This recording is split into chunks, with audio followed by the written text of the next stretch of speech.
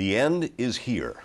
The end of 2009, that is. And with the New Year's holiday at hand, we have convened our panel for this week's roundtable discussion today, the last day of 2009. And we're going to depart from our usual practice and look at the broader issue that was really a subtext for much of the news this past year. It's America's role in the world and the rise of the rest, as Fareed Zakaria, the editor of Newsweek International, recently put it. Joining us once again are Garrick Utley, former NBC News foreign correspondent and anchor, and now president of the Levin Institute of the State University of New York, and Rana Foroohar, senior editor of Newsweek's International Editions. Welcome to the two of you. Thank you. All right. What do we really mean? Let me start by just throwing this question out. What does it mean, the rise of the rest? And Rana, Well, it means the rise of these new emerging market powers, China, India, Russia, Brazil. These countries are, in the next 10 years, going to overtake the G7 by size economically. And so there's this sort of critical mass now of power shifting from west to east. Garrick, you agree? Well, one of the symbols of this year has been the rise of the G20. The world used to be run economically by the G7 or the G8 with Russia, and now it's the G20. Now, symbolism is important. That is the new world we're living and operating in. The United States is not in decline. It's a relative, perhaps, decline compared to the others. There's no longer a role for a dominant superpower such as the U.S. has been, with no questions asked. Everybody asks questions. Everybody now has a place at the table. We've got to get used to it. How can you say that we're not in a state of decline? I mean, don't you think that it really wasn't so much the rise of the rest as we sank so low, everybody else seems higher? Go ahead. Well, you're the economist. Well, I think politically the last decade has been tough for America, but this shift is inevitable. These countries are growing middle classes. They all want to have homes and cars and flat screen televisions too, and so that it's natural that relatively the position of America will decline economically. But I think politically, America still has a convening power and a sort of an organizational power that these countries don't have. There's no Beijing consensus yet that's replacing the Washington consensus. I think we have to look at 2009, perhaps the decade, but this year, and we all want this year to be over in a few hours, don't we? We agree on that. Because although we're dealing with major trends which go over a decade or even more, it was in 2009 that we were able to integrate so many aspects of what is changing. The financial crisis, the economic crisis, the bleak outlook for too many Americans and people elsewhere in the world. Even the year ending with the terrorism, a guy with a bomb sewn into his underwear. Where are we after some 30 or 40 million or billion dollars on Homeland Security? We're just where we were at the beginning of the decade.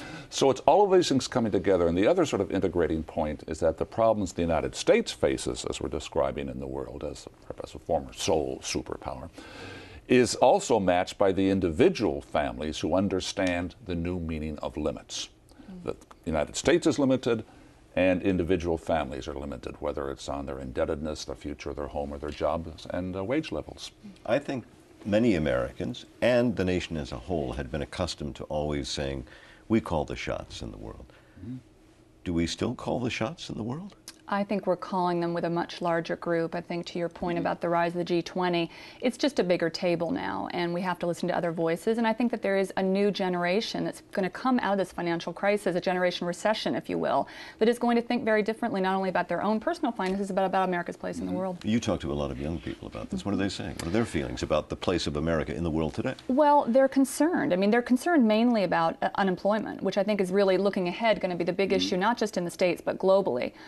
This is an issue facing almost every country, including China. And this goes to the point, things look very good in these emerging markets now, but they've got their own bubbles brewing. They've got their own troubles brewing. And I think 2010 could be when you start to see some of those chinks in the armor.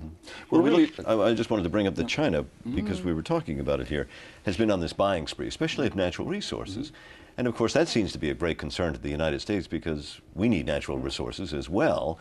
But we're in no position to purchase them as China is. And should we be concerned about this shopping spree? Well, we're all competing for natural resources. That's been an issue for the last 10 or 15 years. It'll become more of an issue as we're moving forward. But aside from that, there's this very interesting psychological point we're at right now. We're really in an age of vulnerability.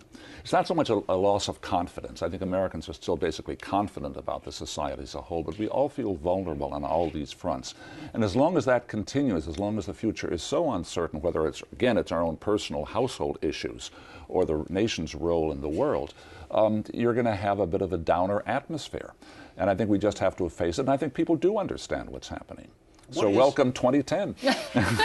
What is our role? Is it as you were sort of saying, the convener, we bring people together, we start the dialogue, we cajole, we push, we encourage. I think that that's right. I think that even though China now invests more money all around the world, that actually this year was a turning point for that than America does. They invested $2 trillion in 2009. America invested 1.4. So that's a big sea change. China can't get the rest of the world to sit down at a table and talk about climate change, talk about financial reform. America still is the only one that has the power to do that. And I think that will be and should be our role going forward. Mm-hmm. Again, it's the balance between power and limits on power. We are still by far the largest military power in the world. There's nobody who equals what we spend or can do. But we also understand at the same time the limits. Look at Afghanistan. Is anybody really confident that the Afghan military policy is going to succeed? We are still by far the world's largest economic nation in the world, but we still have deficits of more, $1 trillion or more going on. So it's this combination of the fact that, yes, we are still the largest kid on the block by far. Yes, we have a society which is very flexible and adaptable. We just don't quite know how we're going to see what the future is going to be. Remember, 20 years ago, we thought the Japan model was going to dominate the world, right. And we came out of it. What about the American ideal? Has that suffered in the eyes of the world?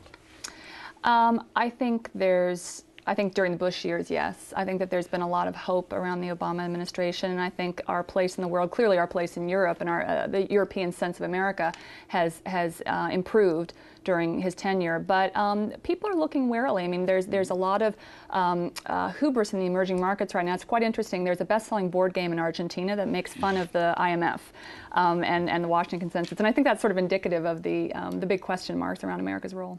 Also, you see, 20 years ago, 15 years ago, we talked about free markets, free people. The two went together. Now we're seeing various kinds of market systems or capitalism evolving. There's the U.S. traditional free market. There's the West European sort of social democracy, social market system. There's the Chinese system, which has a free market, but guided by the state, and certainly you don't have the political freedom.